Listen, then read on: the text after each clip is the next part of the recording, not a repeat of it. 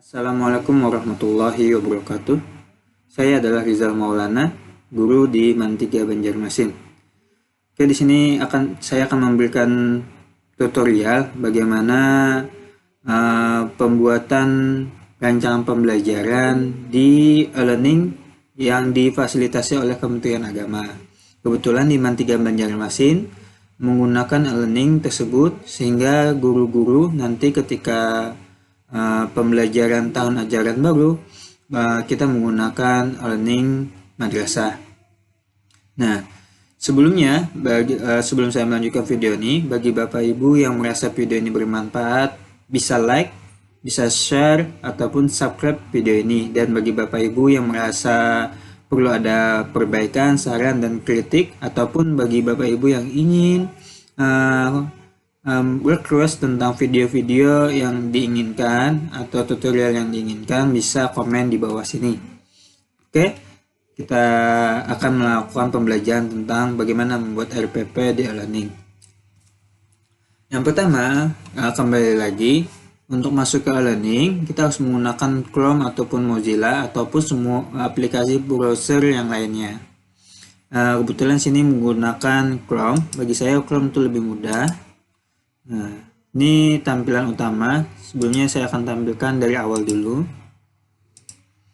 Nah, untuk masuk e-learning mungkin Bapak Ibu bisa pelajari pada video saya sebelumnya. Nanti untuk video saya yang sebelumnya saya cantumkan di deskripsi di bawah ini sehingga Bapak Ibu mudah untuk mencarinya. Oke, untuk masuk ke e-learning khususnya di Mantiga Banjarmasin itu memiliki link e-learning Mantiga bjm.hopto.org.28094. Lalu masukkan username dan password, lalu login.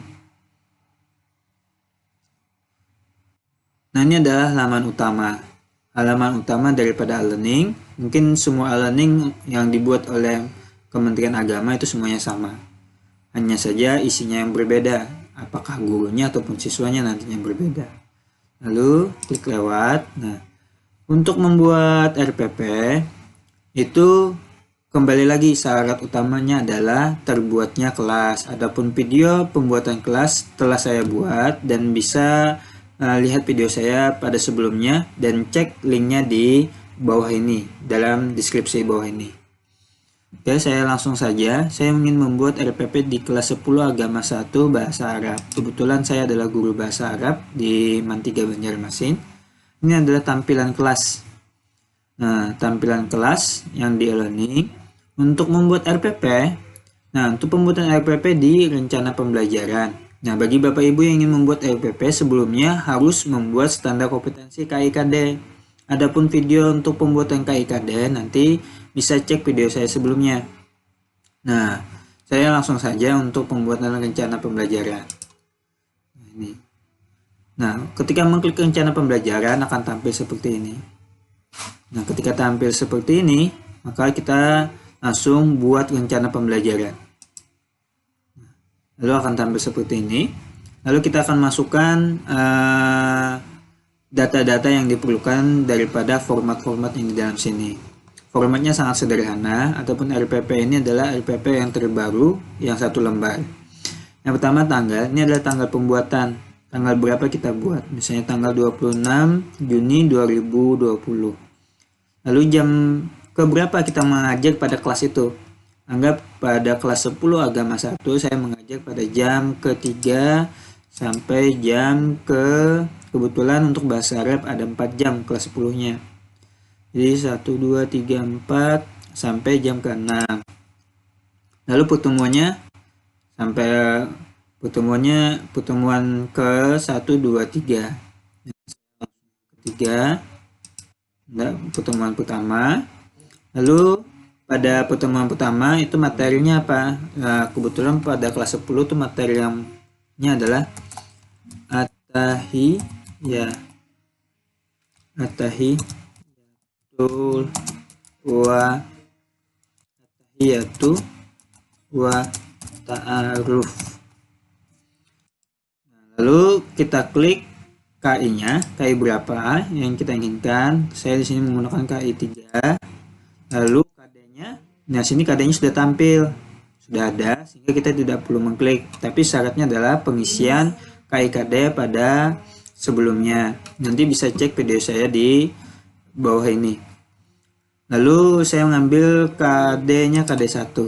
Nah, lalu memasukkan tujuan pembelajaran atau disebut namanya indikator. Nah, sebelum saya teruskan, untuk pembuatan RPP, hal yang baiknya adalah kita harus menyiapkan beberapa bahan. Yaitu di antara bahan adalah buku pelajaran yang kita ingin ajarkan. Yang kedua yaitu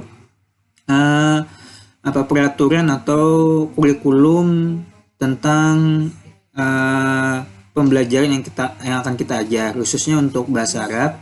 Pada Kementerian Agama ada peraturan baru tentang kurikulum bahasa Arab, yaitu KMA nomor 183 tahun 2019. Apabila ingin mendownload peraturan tersebut, nanti bisa download di deskripsi saya. Nah, ataupun buku ajaran, saya telah menyediakan buku ajaran. Ini kebetulan saya telah download banyak. Bahasa Arab ada kelas 10, 11, dan 12. Ini yang wajib ya, atau yang umum. Nah, jadi untuk membuat RPP, bahan ajar kita sudah siap. Ini tampilannya untuk bahan ajar. Nah, ini kebetulan buku bahan ajar ini baru diterbitkan, masih dalam uji coba. Tetapi buku ini apabila kita merasa ini cukup bagus, bisa kita gunakan untuk pembelajaran. Nah, ya kan, materi pertama pembahasannya adalah at-tahiyyatu wa ta'aruf. Nah, ini yang akan kita masukkan materinya. Nah, at-tahiyyatu wa ta'aruf, lalu KI3, KD, lalu kita untuk tujuan pembelajaran. Nah, untuk tujuan pembelajaran, sebelumnya saya supaya mempercepat video ini, maka untuk RPP ini sudah saya sediakan. Tinggal saya melakukan copy paste aja. Yaitu di sini ada tujuan pembelajaran. Nah, ini.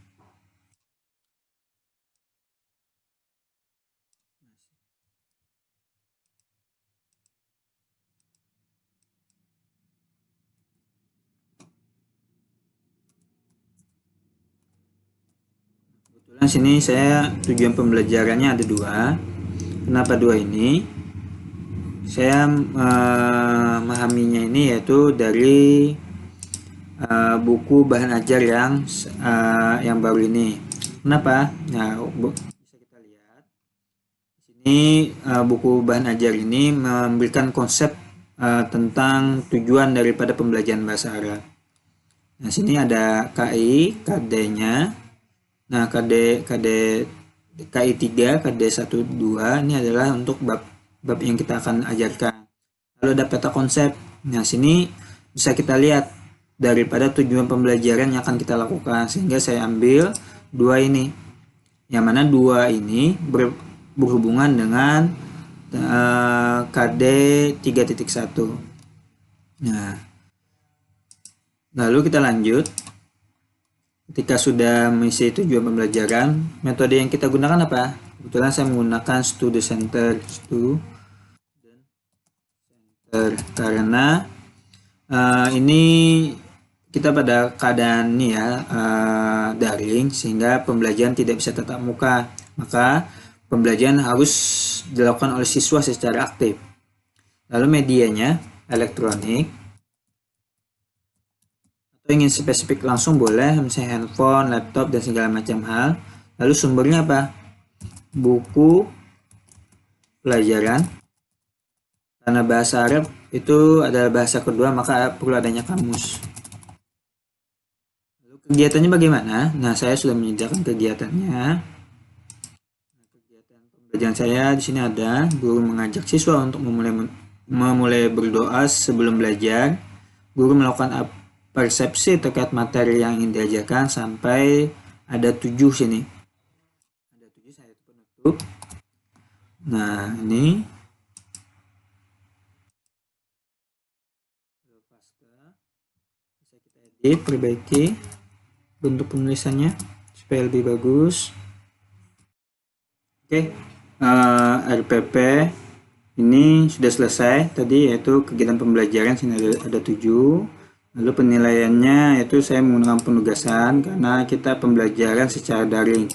Nah, bagi Bapak Ibu yang ingin melakukan pembelajaran, ingin memerlukan buku bahan ajar nantinya, nanti bisa di-download di deskripsi saya di bawah ini.